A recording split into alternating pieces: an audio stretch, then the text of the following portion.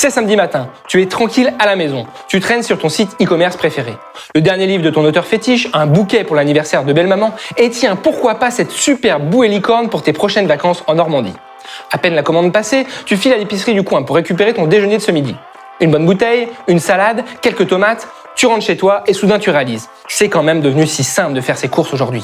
Et oui, c'est simple. Et si c'est simple, c'est grâce à une nouvelle façon de faire transiter les marchandises jusqu'au cœur des villes, la logistique urbaine. Promis, on t'explique tout dans cette émission.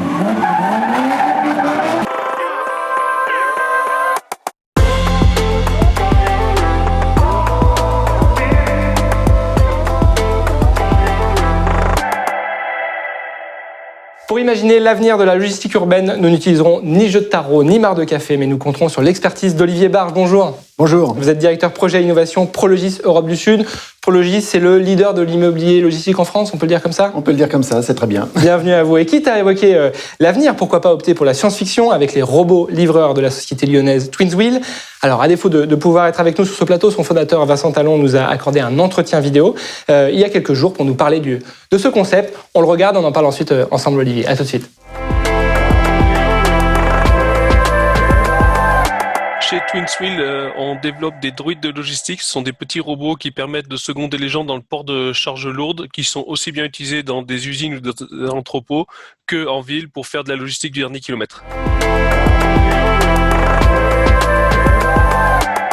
Les droïdes Twinswheel sont destinés à 3 grandes activités en ville. La première, c'est pour seconder les personnes âgées et les personnes handicapées dans le transport de leurs courses. Le deuxième, c'est seconder les artisans commerçants et les techniciens intervenant en ville. Et la troisième, c'est de la logistique urbaine pour le rapprovisionnement des magasins en B2B depuis des hubs de logistique dans l'hypercentre-ville. Sur les robots de logistique, aujourd'hui, en fait, en France, on est un peu tout seul, même en Europe. Par contre, on a énormément de concurrents qui viennent essentiellement des États-Unis, Californie et énormément de Chine. Ces robots sont mis en place notamment beaucoup dans les villes en Chine et devraient arriver rapidement en Europe.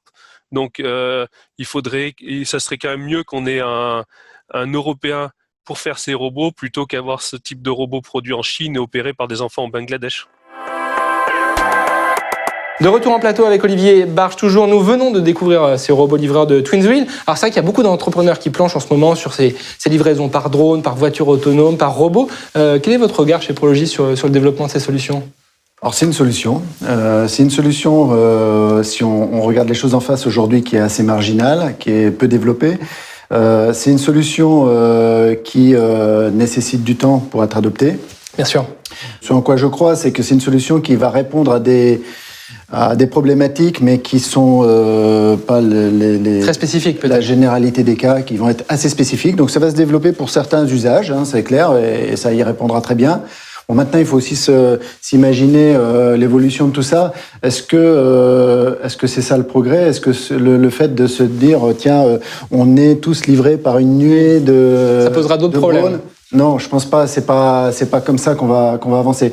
Donc oui, c'est une solution qui répond à un usage spécifique et qui viendra s'agréger à des solutions qui répondront plus largement à nos besoins. Quoi, oui. Alors justement, plus largement, vous, quelles sont un peu chez Prologis vos prévisions en matière d'évolution de la logistique urbaine dans les prochains mois, dans les prochaines années ? Alors nos prévisions, il faut faire la part des choses entre ce qu'on aimerait et ce qu'on pourra. C'est important. Voilà, parce qu'en fait, ce qu'il se passe, c'est qu'aujourd'hui, déjà, la log urbaine, quand on parle de log urbaine, il faut peut-être redéfinir un petit peu le sujet. On parle beaucoup de e-commerce. Oui, c'est vrai qu'on l'associe beaucoup.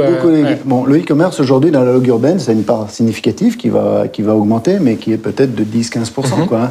La grande majorité des livraisons urbaines qui existent depuis très longtemps, c'est quand même la livraison des chantiers de BTP, c'est la livraison des traiteurs, des restaurants, des commerces, etc. Donc ça va perdurer. Les commerces physiques vont continuer d'exister.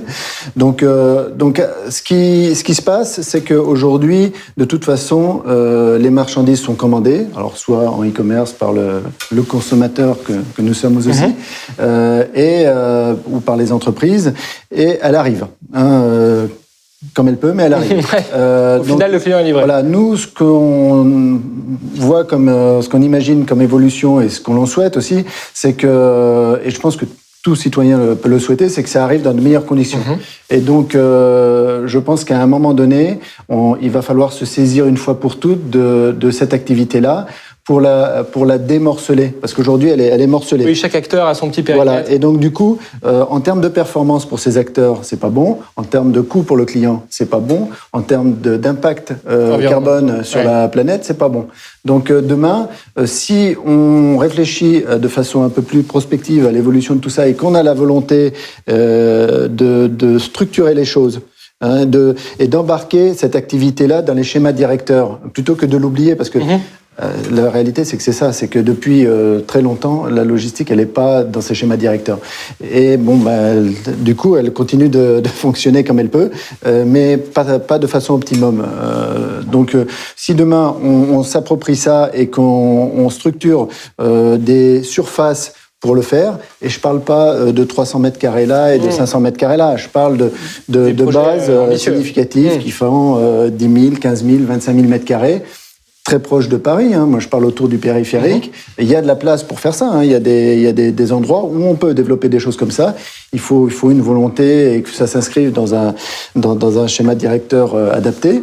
Et donc, si on fait ça, on va réduire les trois composantes que je donnais tout à l'heure, les nuisances aux riverains, les nuisances à la planète, et puis on va augmenter la performance des opérateurs et des clients. Il y a peut-être des citadins qui nous regardent, j'en fais partie. Est-ce que demain on peut s'imaginer vivre en dessous, à côté d'un entrepôt urbain conséquent? Est-ce que cette logistique urbaine, elle va refaçonner la ville aussi?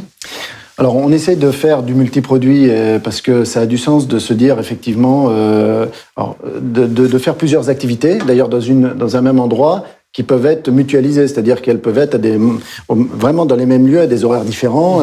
Donc, tout ça sont des sujets auxquels on réfléchit et qui vont probablement émerger dans les années, les mois qui viennent.